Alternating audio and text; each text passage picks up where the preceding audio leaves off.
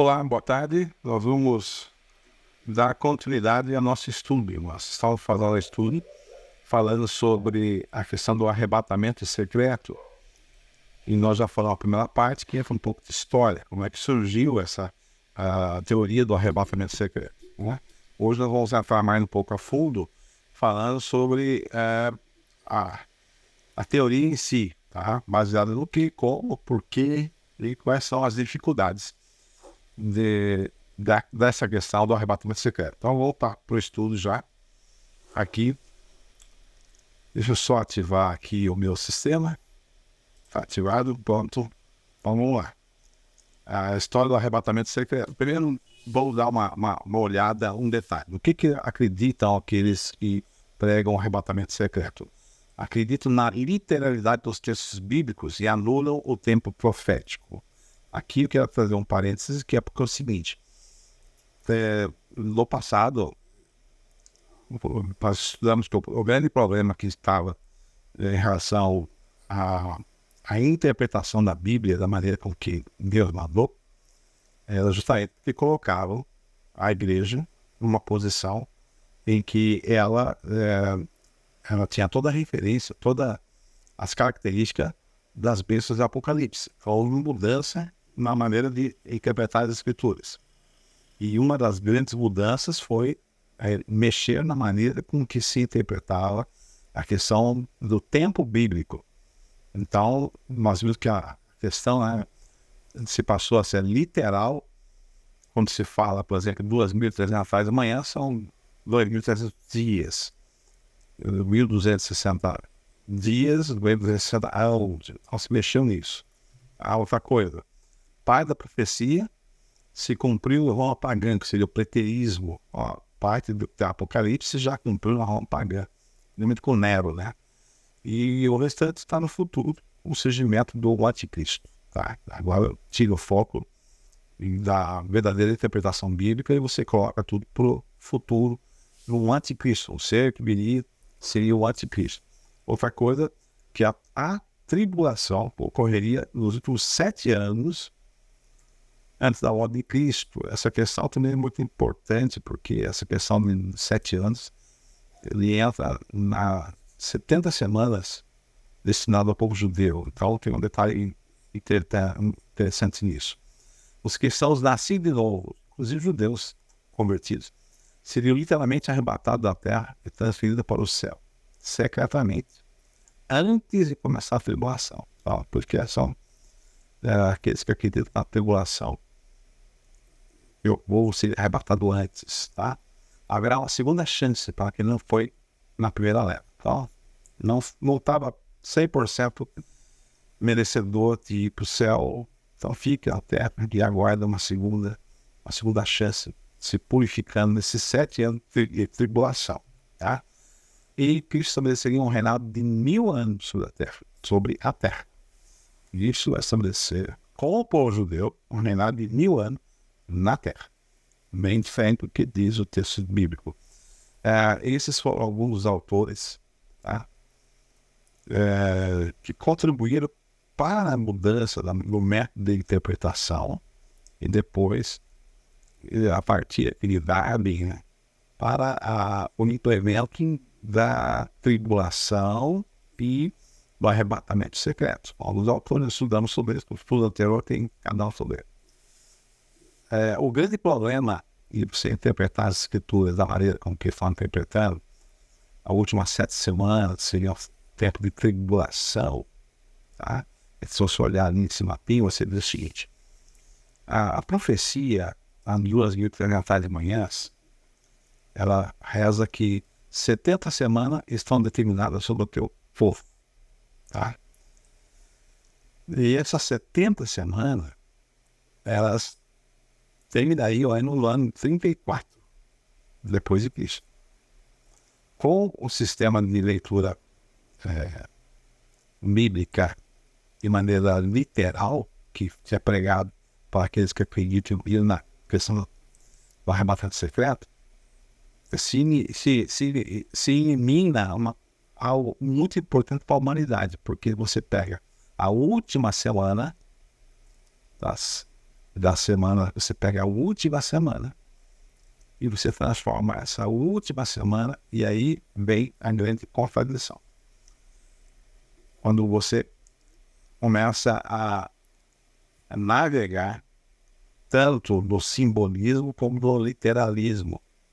Lembrando que aqueles que creem no dispensacionalismo, seria aí creem na grande tribulação, eles usam os textos de maneira literal. Mas nesse aqui, encaudando nessa profecia, esse não está na literalidade. Eles pregam 7 anos de tribulação, 7 anos de tribulação. E é baseado justamente em parte dessa profecia. Só quando você faz isso no literalismo, você elimina Cristo. Você elimina da última semana a questão do sacrifício de Cristo. Eu só conheço um ser no mundo que pretende apagar o sacrifício de Cristo. De acordo com o dispensacionalismo, a tribulação após o arrebatamento da igreja durará 7 anos. E seu propósito é trazer a conversão de uma multidão de judeus. Isso é o que eles pregam. E o cumprimento das promessas de Israel. No Tessalonicenses 1:10 e 5:9. E numa interpretação literal. Então vamos dar uma olhada. Primeiro, Tessalonicenses 1:10 diz o seguinte: e esperar do céu seu Filho, a quem ressuscitou dentre os mortos, a saber, Jesus, que nos livrará da ira futura. Então agora começa a pegar uma chave bíblica aqui. Vamos estudar essa questão dessa chave bíblica no sentido da ira futura. Você vai ouvir esse texto mais de uma vez. Ira, ira, ira. E esse é um texto-chave para aqueles que pregam no dispensacionalismo, que pregam, por exemplo, a grande tribulação, o arrebatamento secreto, tudo mais. A palavra ira é uma palavra que vai surgir mais vezes. E também lá em Tessalonicenses 5:9 diz: porque Deus não nos destinou para a ira, mas para a aquisição da salvação por nosso Senhor Jesus Cristo. Então o que acontece aqui é que há uma ligação entre tribulação, porque a pregação é que Deus vai livrar no arrebatamento secreto as pessoas da tribulação, e a tribulação é a ira futura, a ira de Deus. Tá?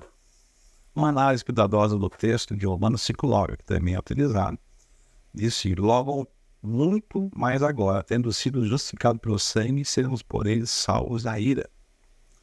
Então, os que creem na questão do arrebatamento secreto e da tribulação associam a ira de Deus no tempo da tribulação.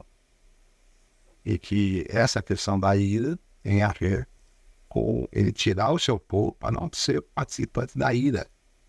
Só que aqui os textos estão mostrando a ira de Deus, não do anticristo. Então começa a ter alguns problemas de interpretação aí.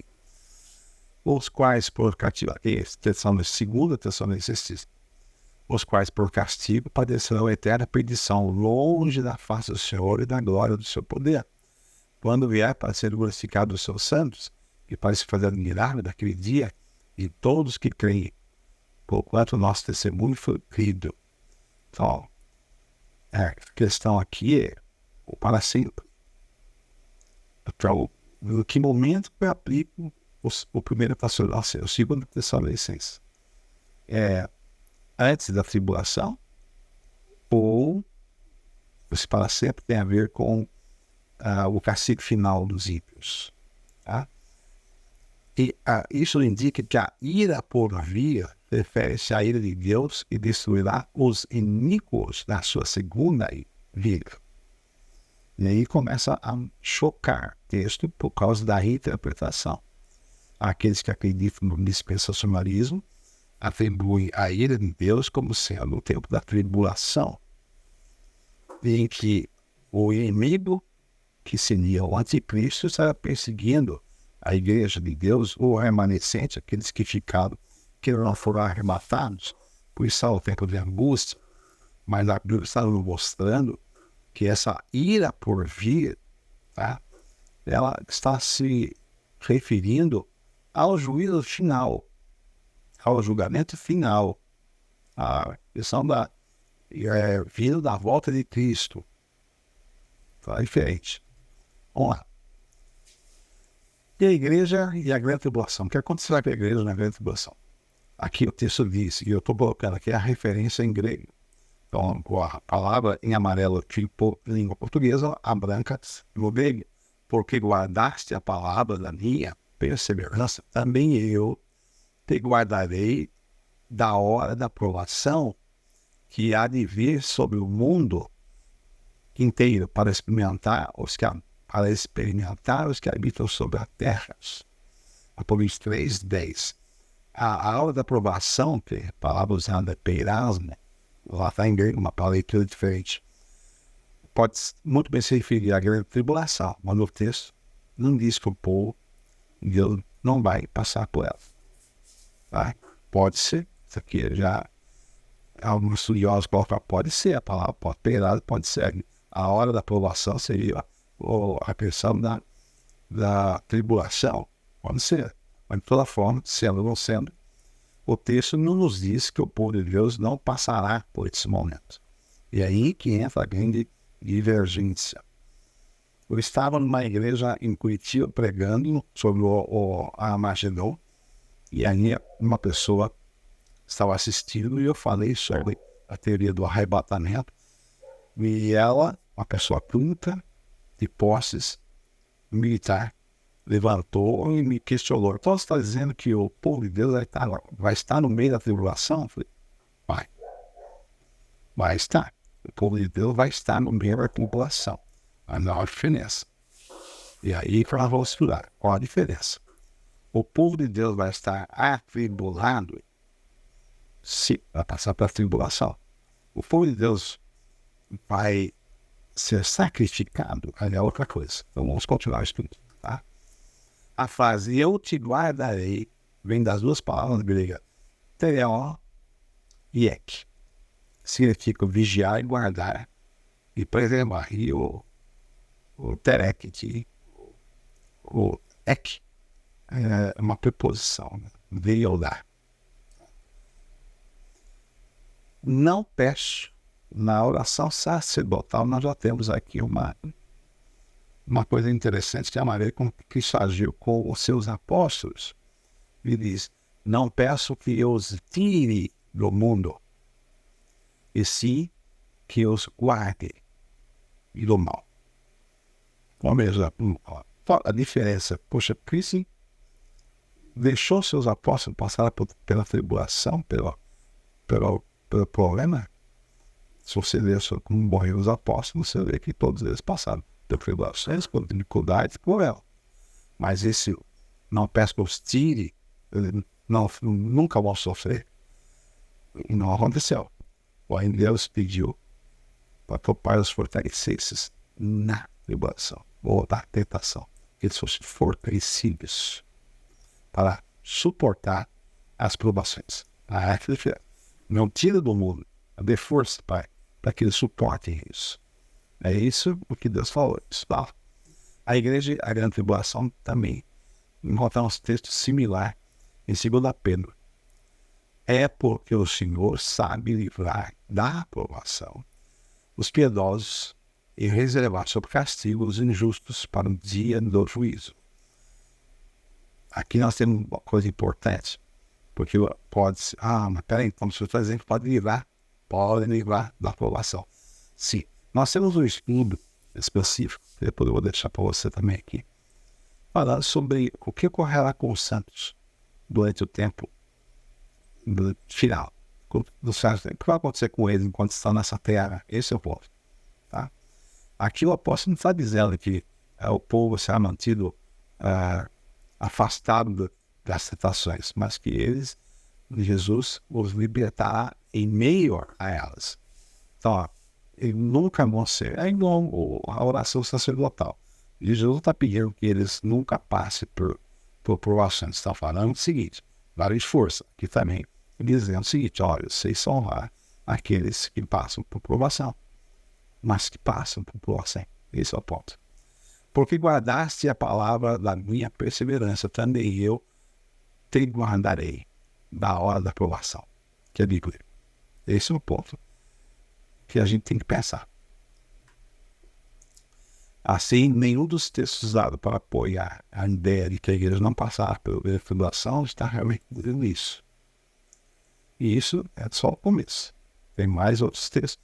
Não existem muitos textos falando sobre a questão da tribulação e da questão do arrebatamento secreto. Não são muitos textos usados para essa teologia. E o ruim, para quem é adepto dessa teologia, é que os textos, na sua sequência, né, no seu contexto, anula essa pregação da tribulação, essa pregação do deixar para trás. Tá? Então, onde está a confusão? No método usado para essas interpretações que nós estudamos. Por que foi mudado? Nesse método também, a tribulação será a perseguição que o anticristo fará aos que ficarem na terra, os que não forem arrebatados. Essa é a tribulação. Aqueles que ficaram na terra e não foram arrebatados. Essa é a tribulação. Mas será que é isso? Mas qual é a grande tribulação do tempo do fim? Já que a tribulação, ela afetará de maneiras diferentes, afetará a todos. Qual que é? E aí nós vamos estudar em Apocalipse. Ouvia vinda do santuário uma grande voz que dizia: ide, derramai sobre a terra as 7 taças da ira de Deus. Associa essa tribulação com a ira de Deus. E agora tem um ali, derrama a ira de Deus. E não está na importância. Ele foi o primeiro e derramou a sua taça sobre a terra e fez uma chaga mais maligna nos homens que tinham o sinal da besta e que adoravam a sua imagem. Lembre-se de que há muitas advertências sobre a marca da besta e a adoração à besta. Há advertências para outras pessoas. Apocalipse 14 fala sobre isso, não vou ler já já. Apesar de João não colocar o tempo que cairiam as 7 pragas, os sinais demonstram. E em inglês, sinal vai ser a primeira praga, mas a primeira praga tem endereço certo. A primeira praga será sobre os que receberam a marca da besta e adoram a sua imagem. A primeira praga é o seu marido, mas caiu sobre aqueles que não aceitaram o chamado divino e acabaram indo e estavam compromissados com a besta e receberam a sua marca. Então, peraí, é importante saber quem é a besta e qual é a marca. É importante. Nós vamos controlar nesses estudos, vamos ter a marca da besta, né? E ensinando justamente como você discernir a luz da Bíblia no método de interpretação que Deus mandou que se usasse, e não aquele que foi mudado lá com Francisco Ribeiro. Agora, como se não foi, que mais tarde foi em 1585 que ele lançou. E depois isso entrou na igreja cristã protestante. Tá? Esse é um ponto que tem que ser salientado. Devemos localizar as pragas depois dos acontecimentos. E as 7 pragas constituem a plenitude da ira de Deus sem misericórdia. Vamos ler os textos. Também esperado do vinho da ira de Deus que se detou não misturado, sem misericórdia. Mais outro.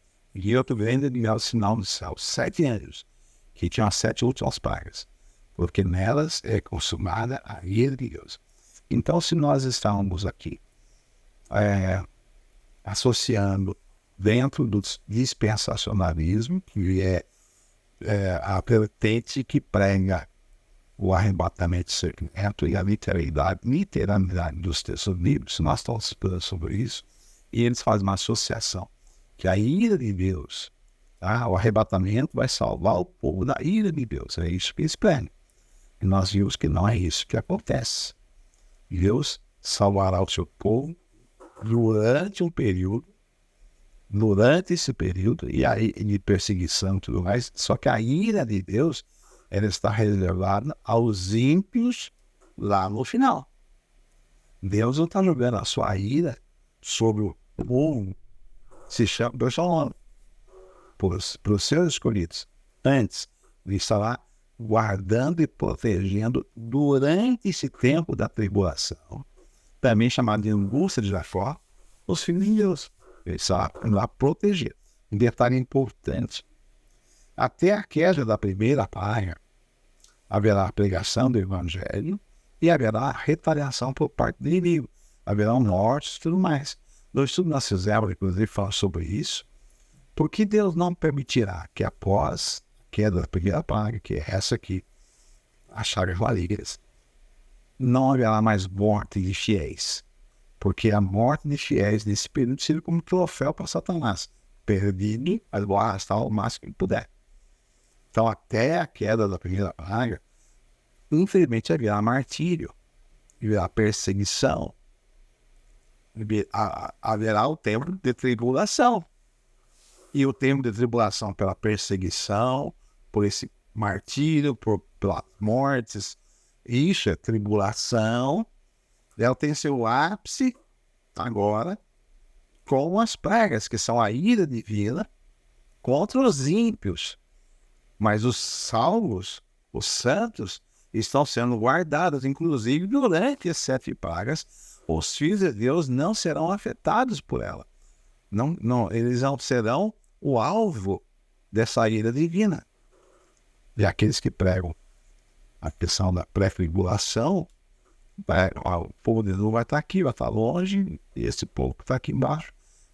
Isso, você engloba 2 coisas: tanto a perseguição, e a perseguição da besta, falso profeta e do dragão contra o povo de Deus. Apocalipse 16, tem estudo sobre isso também. Apocalipse 16, essa perseguição traz uma tribulação, traz a angústia de Jacó, e ela culmina com o derramamento das 7 taças. Mas quando é que acontece isso? Quando Apocalipse 7:1 diz: segura tudo isso até selar os filhos de Deus. Quando terminar o selamento dos filhos de Deus, aí o anjo sai. Derramai sobre a terra as 7 taças da ira de Deus. Então, há diferenciações aí, tá? E aqui nós temos o Apocalipse 7. Até quando? Até quando os anjos vão estar segurando toda essa tribulação? Até selarmos nas suas testas o céu de nosso Deus. É um fato importante. E seguiu-se o terceiro anjo, agora perante importante, dizendo com grande voz: se alguém adorar a besta e a sua imagem, receber o sinal da sua testa ou na sua mão, também esse beberá do vinho da ira de Deus, se deitou não misturado no cálice da sua ira, e será fermentado com fogo e enxofre dos santos anjos dentro do cordeiro.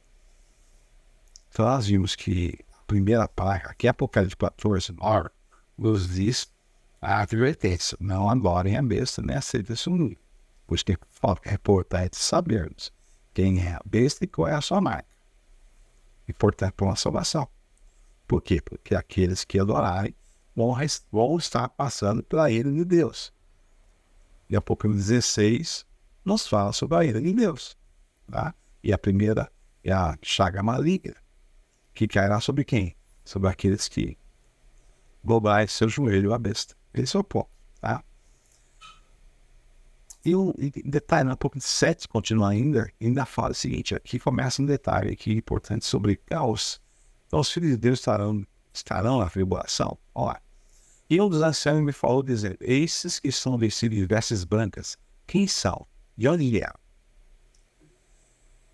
E eu disse: Senhor, tu sabes. E ele disse: sim, esses são os que vieram da grande tribulação e levaram as suas vestes e as branquearam no sangue do Cordeiro. Eles vieram. E não é aqueles, a esses que foram salvos, que foram separados, que foram resgatados ou foram arrebatados. Não, eles vieram.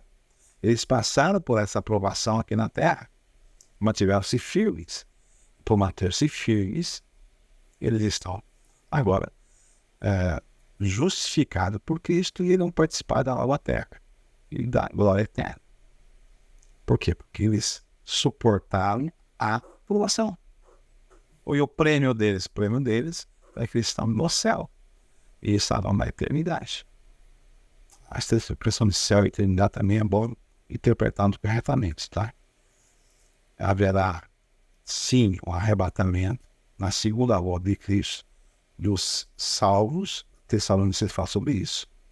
Os salvos, os que estavam mortos e os que estavam vivos serão arrebatados ao céu, vão ficar lá 1000 anos com Cristo no céu, o reino de 1000 anos. E aí você muda a maneira de interpretar, você cria um monte de interpretações. Então lá, os 1000 anos em que o Cristo fará seu reino de 1000 anos, não é sobre a terra, como eles pregam. Os 1000 anos vão ser no céu.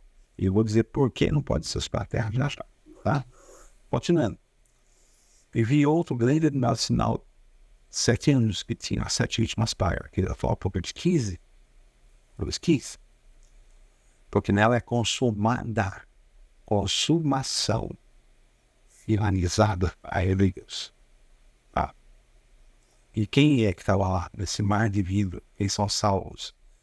Os que saíram vitoriosos da besta, da sua imagem, do seu sinal e do seu nome. Voltar à importância, olha lá. Primeiro, Deus está consumando a sua ira através das 7 últimas pragas.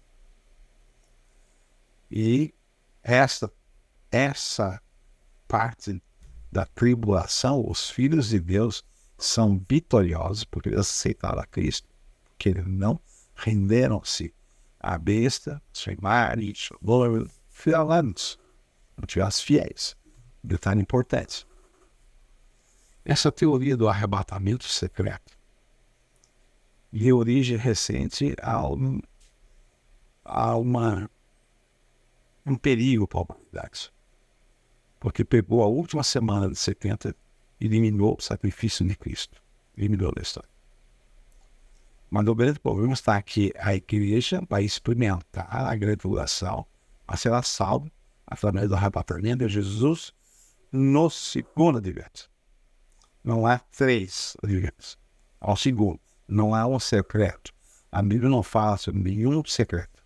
E agora nós vamos estudar os textos que falam sobre a questão mais especificamente do arrebatamento secreto. Continua conosco esse próximo estudo. Entrando agora no texto-chave que é utilizado por todos aqueles que pregam o arrebatamento secreto. Será que é assim mesmo? Voltamos em instantes.